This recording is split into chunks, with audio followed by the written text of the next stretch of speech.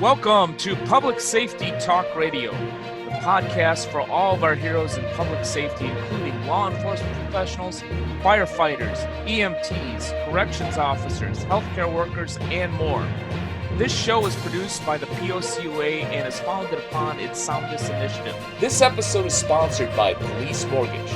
Police Mortgage is a full-service mortgage company dedicated to serving police officers and first responders. Founded in 2008, Police Mortgage offers a variety of mortgage products tailored to meet the needs of those who serve and protect. Police Mortgage, for first responders who are second to none. Hi, I'm Ken Bader, your host for Public Safety Talk Radio. We're excited to kick off a new season, and we're kicking off a new season with one of my favorites. All of you know how much I love first responders and have a special affinity for law enforcement and military, obviously. And my other passion is entrepreneurship. And we get to combine both of those today, this morning. I have the founder and co-owner of TC Burton. His name is Todd Burton, and also one of their great business development people, which is Kathy Sipes from TC Burton Enterprises. Kathy, Todd, welcome to the show. Hey, thank you. Hi, Thank you for Ben. having us. My pleasure to have you. Yeah, I love the entrepreneurial story, as I mentioned, even better when it is helping first responders out there. And most importantly, I always love the backstory. Nobody ever, just wakes up and says, yeah, I'm going to start a company today. I don't know what. There's some kind of lightning bolt or something. And I was reading on your website that I believe it is your stepdaughter that is responsible for all this. So why am I talking to you two? Where's your stepdaughter? She's the brains of the operation, apparently. She's a police officer for in Whiteland, Indiana. Her name's Emily Baltoff. She's my stepdaughter. And Awesome. Years in the military. Awesome. Thank her for her service in all sincerity. But apparently, she helped you, Todd, with an epiphany to start this company. Tell us about that. I was developing the first concept of what we have here, which is ballistic armor kits for vehicles. And I started out on a construction vehicle because of that's my work. I mean, I was in the construction field. I was around all this heavy equipment. And so I started developing this concept on the track loader. And that's where the actual patent was started out from. And then after reviewing it with Emily, because she was already in the military and getting ready to get out, showed her, she spent 6 years in the military and was over in Afghanistan for some time and also in Germany. So I was showing her what was on my creative mind, and she kind of went kind of nuts and kind of went, man, this is kind of cool. And then after reviewing some things with her, then I also saw a photo of her that she sent. She says, hey, I'm riding this ATV around from these FOB bases. And she's an MP, so she was, that's part of her job was to protect the FOB bases and was a gunner for a lieutenant. Sure. And these off-road vehicles, they're wonderful what they do, but even though they had their body armor on them, she was still an open target. Yeah. And so that's the transition from the actual track loader concept into the off-road vehicle market of the first one out of the gate is the ATV. Got it. Yeah. So I understand you have what's called a DSV, which is a diversified support vehicle. Say that fast 3 times. And a light dragoon, not a light dragon, but a light dragoon, which is an LD. So if I understand it, because I'm not bright and I'm also not law enforcement or military, it's basically like a kit. It's an ATV and you're putting protection around it. Is that correct? Yes, it's basically an armored kit design, and the concept will be able to fit over multiple vehicles in time. And so the first process of coming up with the concept was on a track loader, just because I spent a lot of time, and so with that in mind, the patent was developed, and multiple vehicles can be used in this concept. And so the DSV, basically, when it's the armored kit is placed upon the track loader. Some things that you can incorporate through technology to create what I call diversified support vehicle, meaning there's a lot of diversification with my armored kit that you're able to apply other resources that equipment, technology, possible weaponry. It's just whatever the end user wants to place upon this armored kit.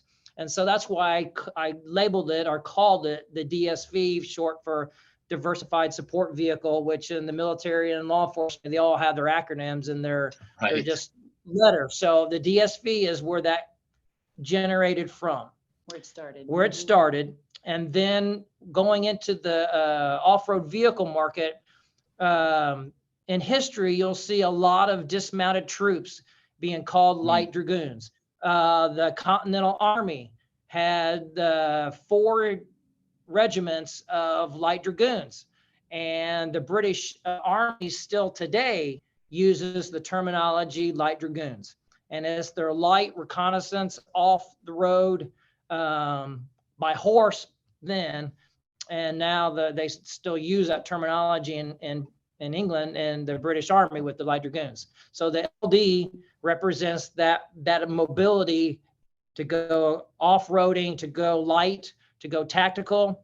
And then the 1 just represents it's a one-person vehicle. So as time allows and as engineering and funding and all that comes into play, and if our end user says, hey, I want it, can we do it on this vehicle or this vehicle? And with engineering, we're hoping to achieve that. And so it could be an LD2 or an LD4, just representing the amount of personnel that's inside that vehicle.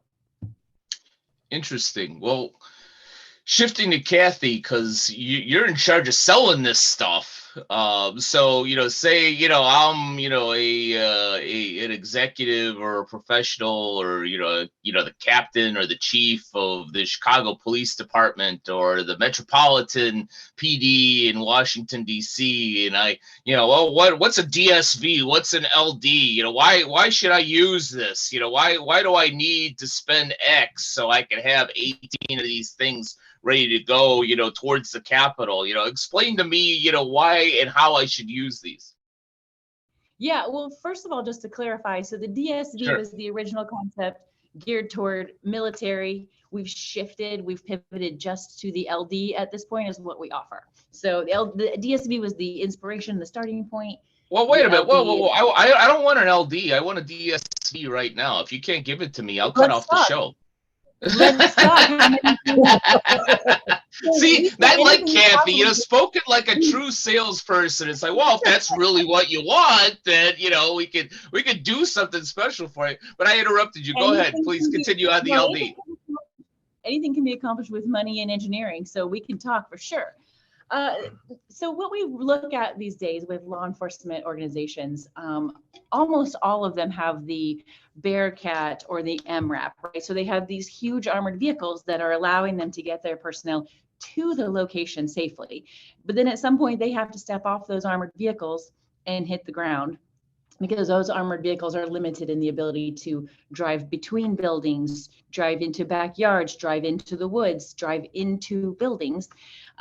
So they are limited there, right? So they leave their protection of their huge armored vehicle, and then all they have is their plate on their vest, which is something. But really, our goal is to provide them the equipment that lets them go right in without hesitating, right?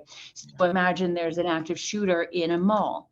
The LD1 drives right through the doors and you go right in and you get them. You don't have to send your men in on foot unprotected to go assess the situation or address the threat. So our LD allows them drive right into, the bad guy runs into the woods. Let's go get him. Let's just hop on the LD and let's get in the woods and go get him safely, right? So could law enforcement do that now? Sure, they've got their vests, they've got shields that they carry, but that really adds wear and tear on your personnel, and it doesn't provide them 360-degree coverage from oncoming fire. So the LD gives them some more maneuverability. It gives them a lot more options on where they can go safely. That's our goal. So we talk about here in Indiana, like our SWAT teams, we've, talked with them. They're constantly in what we call like a vinyl village. So houses made out of vinyl siding. Well, just because you're on the side of that house, you might have concealment, but you don't have cover. So, but if you're standing out just as your person, you're still at risk of taking fire. But if you are in an LD, then you're protected. And our LDs are NIJ level 3. So they'll stop up to AR-15s, AK-47 rounds, up to 308. So it's just a different level that gives them maneuverability and access that's protected that they don't have right now. So that's what we're looking for. I don't know if you saw on our website, our mission statement literally is to provide awesome equipment for the good guys to defend us from the bad guys. Our goal is that they don't have to hesitate. They don't have to wait at the end of the hallway for a shield. They can just drive right down that hallway in our LD1. So that's our goal, is to get it in their hands so that they can do their job safely. Yeah. I'm looking at your website and your mission statement right here. You almost got it verbatim. Good job, Kathy. You've been trained well. Yes. But yeah, really interesting concept. Are you looking for a podcast to answer some financial questions? Well, then check out the Mortgage Beat podcast, brought to you by Police Mortgage, for first responders who are second to none. Mortgage Beat gives insight into the home loan process specifically for police officers, firefighters, and other public safety professionals. The podcast is hosted by Police Mortgage CEO John Aritos, who has decades of experience in the mortgage industry. Check out Mortgage Beat on Spotify today. Out here in Los Angeles, and of course in Los Angeles, we don't have that much crime. But yeah, at least that's probably what the mayor will tell you. But they disagree.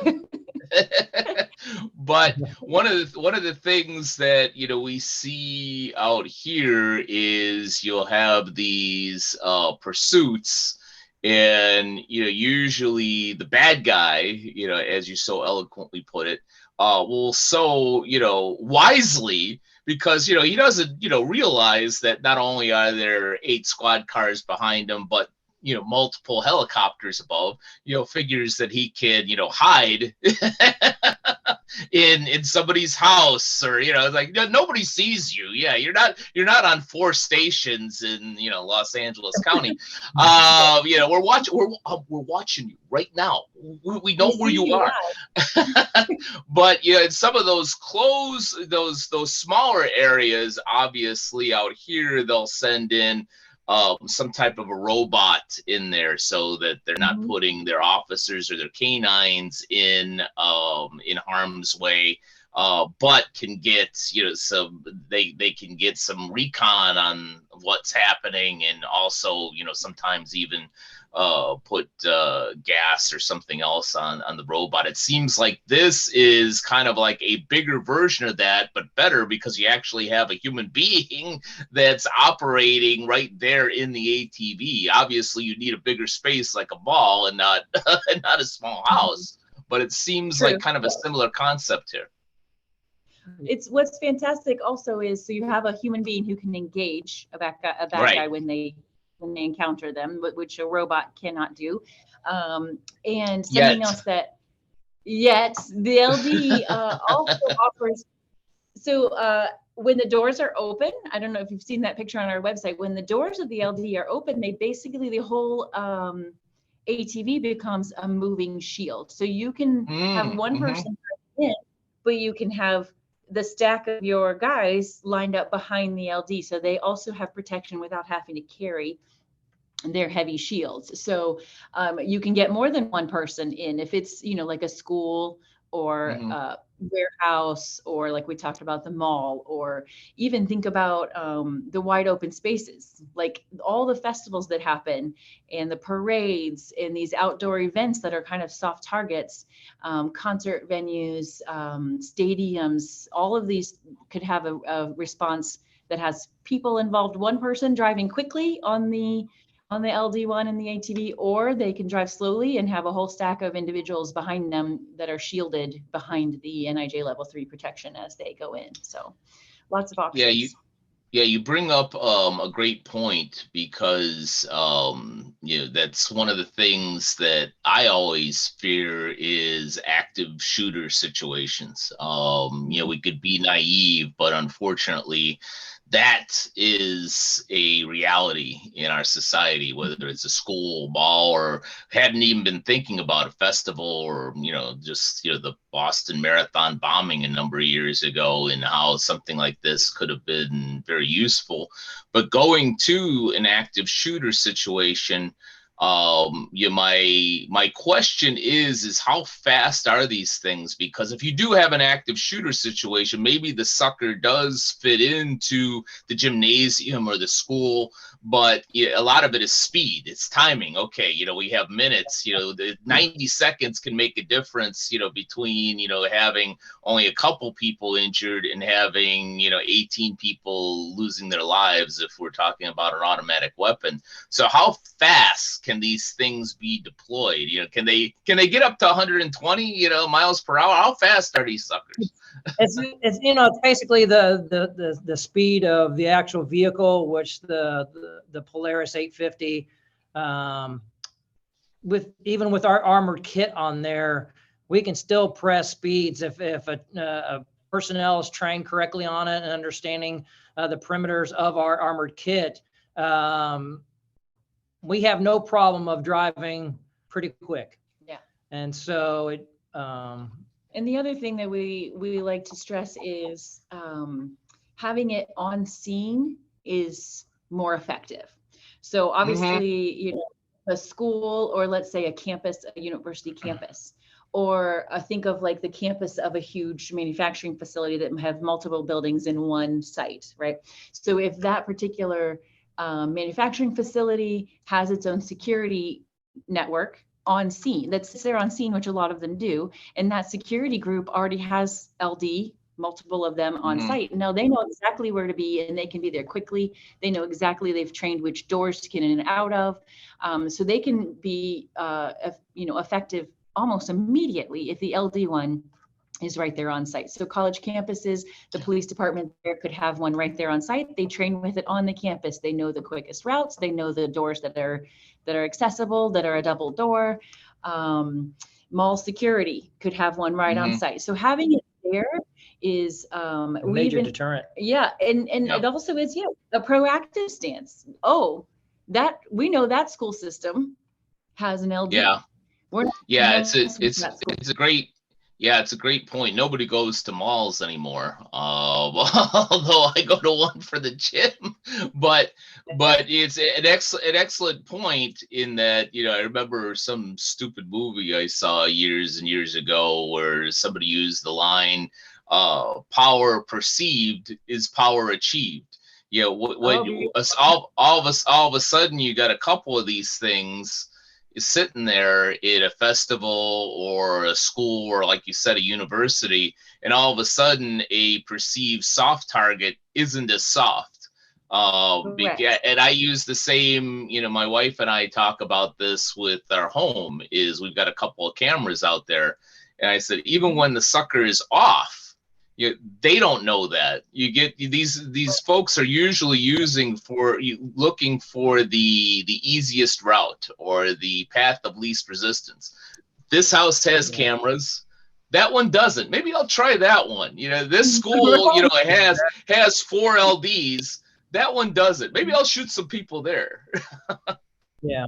One thing about the size of the compact size of this, most of all your law enforcement vehicles, SUVs, they all have their trailer hitches on the back of their vehicles anyways. This unit does not weigh as much as a lot of the armored vehicles weigh, and so most of your departments already have a vehicle that can pull a light trailer with it. And so with that compact size and everyone's common vehicle size, every department can pull. They don't have to go and say, hey, I need this large, huge trailer and this big truck that's a 3,500 size truck, or, you know, it doesn't take those size vehicles to pull two of these around on a trailer that can be off-roaded in minutes, like a lawn, you know, the 0 turn radius lawnmowers. I mean, they come off the trailer quickly, and because of this compact size, Yeah, they're really easy. there's not a lot of special sauces to go to maneuver this around, whether Right. driving it to a scene. And we've talked with some SWAT teams, obviously, in our, you know, development of this. And most of them, when they deploy, either planned or reactionary, they already have the equipment. They know, like, when we get a call, we go grab this, and this, right? Like these vehicles, this equipment. Well, this would just be part of their toolkit, right? So it would already be trailered. It would be on the back of their SUV, and they would pull it right to the scene, just like any other of their equipment. And, you know, so even if you're not thinking active shooter, think like the SWAT teams who maybe have to surround a house.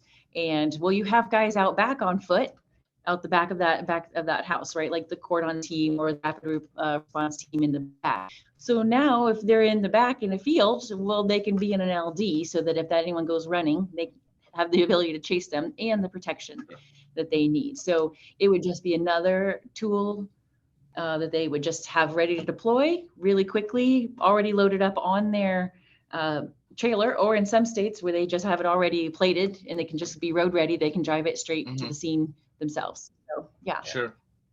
Sure. So what, I'm assuming that you're obviously talking to law enforcement agencies and military. You know, I would think that the Secret Service would love something like this in certain situations. You know, what are law enforcement agencies saying about this tool? Oh, they love it, right? So they all love the idea, and they know that, again, it's something that's never been seen before. So they all know the Bearcat, they know the MRAP, these large vehicles. When they see this, you see a light bulb go off in their head, like, oh, why haven't we done this before? This makes sense. We've talked to a lot of them that just say, you know, we just hear stories about, my guys were in this horrible situation here, and this would have made all the difference.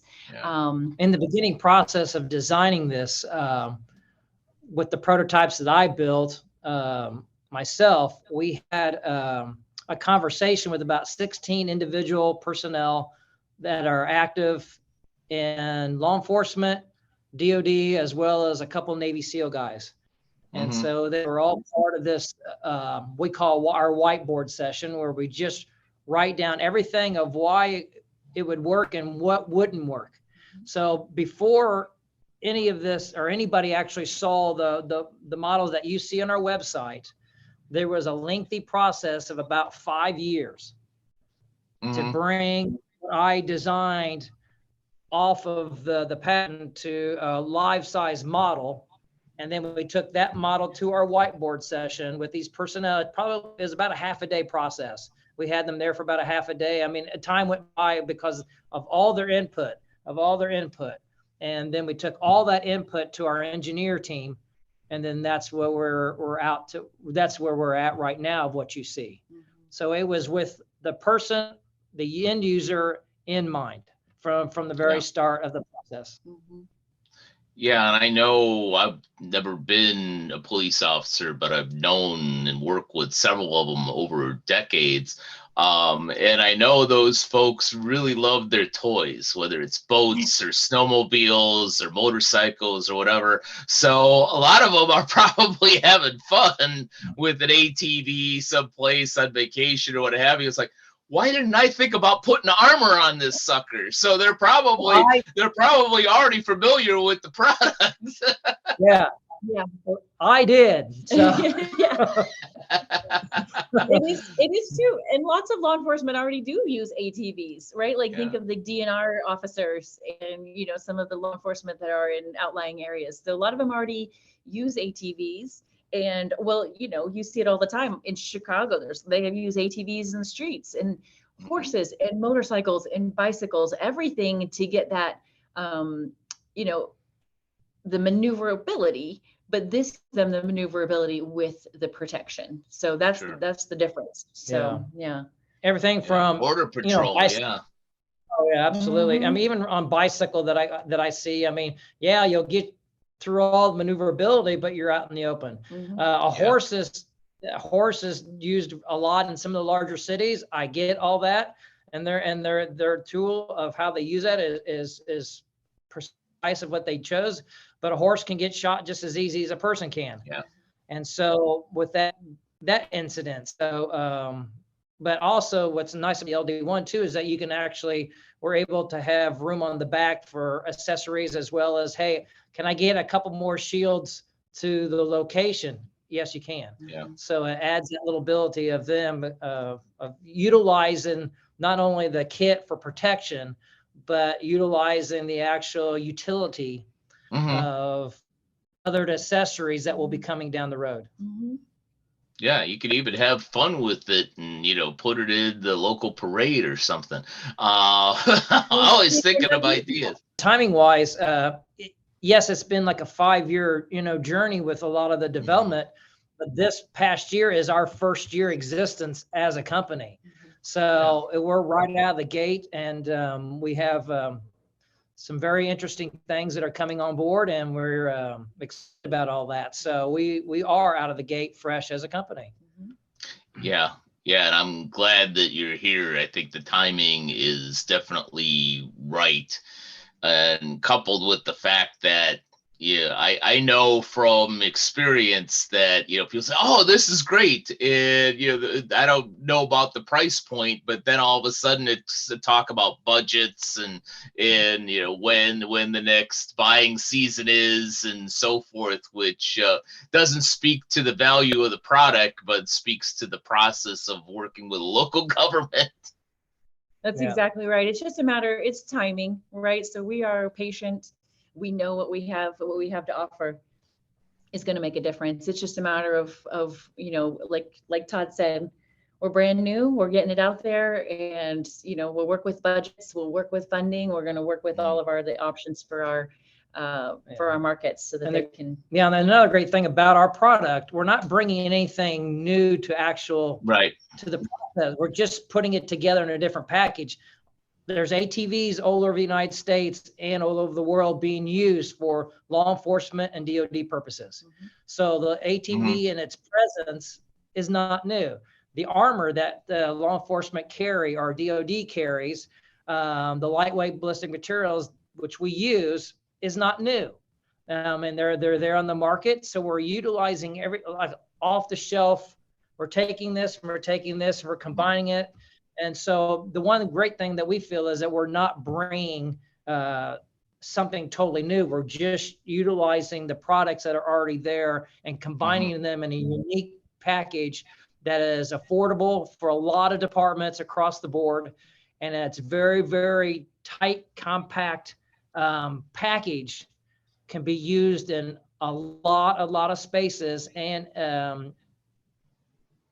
incidents that happen that will be able to get this personnel in there. And also by helping retrieve people that are trapped in these incidents that, hey, now I've got a 120-inch shield wall that as you go down a school hallway, now you can come out of your classrooms and get behind that and head out towards the school, or in a mall situation where if you had 2 or 3 or 4 of these surrounding an area with their shield doors open, that create a shield wall for everyone to start maneuvering behind it and getting out of there. So it's creating that movable perimeter of not only trapping somebody, but a perimeter that people can escape. And it's this whole purpose is about saving lives, period. The lives of officers and the lives of people that are in that situation that they never thought they'd ever be in that situation. Yeah. I would think too, you have a couple of those things coming at you in like a riot situation or so forth, that's a little bit more intimidating than just a bunch of plastic shields.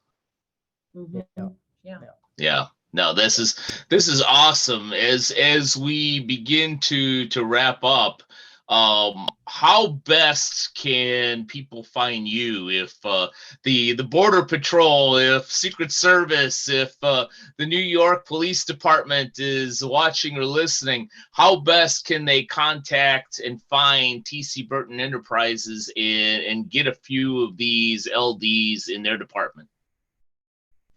Everything they need is on our website, tcburton.com. They can learn all about the products. Our contact information is there.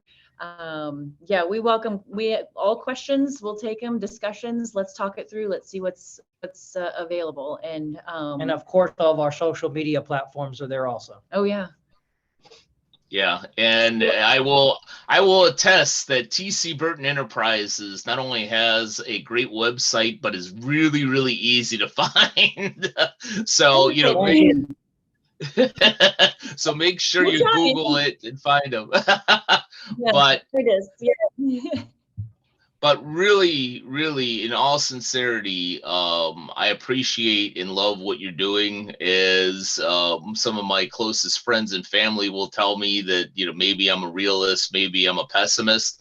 But one of the things that always gives me joy, whether I'm at the SHOT Show or talking to folks like you, is the entrepreneurship and the technology and the ideas that are coming to law enforcement. And I think that is going to be the future, and a better future for all of our law enforcement out there. And you guys are on the cutting edge of that. And I really appreciate what you're doing, guys. That means a lot, Ken. We really appreciate that. We appreciate you helping us get the word out there. Again, just trying to equip the good guys so that we can make everyone safer. Yeah. Yeah. So. It's about lives. Yeah. It's about lives. That's all it's about. Yeah. Yeah, and I'm always for protecting police officers out there in any way, shape, or form. So thank you, guys. It was a wonderful conversation. Really appreciate you being here. And I appreciate you listening or watching this episode of Public Safety Talk Radio. And we'll be back with you next week with another great guest. Public Safety Talk Radio is produced by the POCUA. The POCUA is a consortium of financial institutions serving law enforcement as well as other first responders and public safety professionals. To learn more about our association and to find one of our credit unions or service providers near you, go to www.policecreditunions.com. And always remember, if you aren't working with one of our POCUA credit unions, you're just banking with an institution that just so happens to serve first responders. As a public safety professional, you and your family deserve better. Find a POCUA credit union today.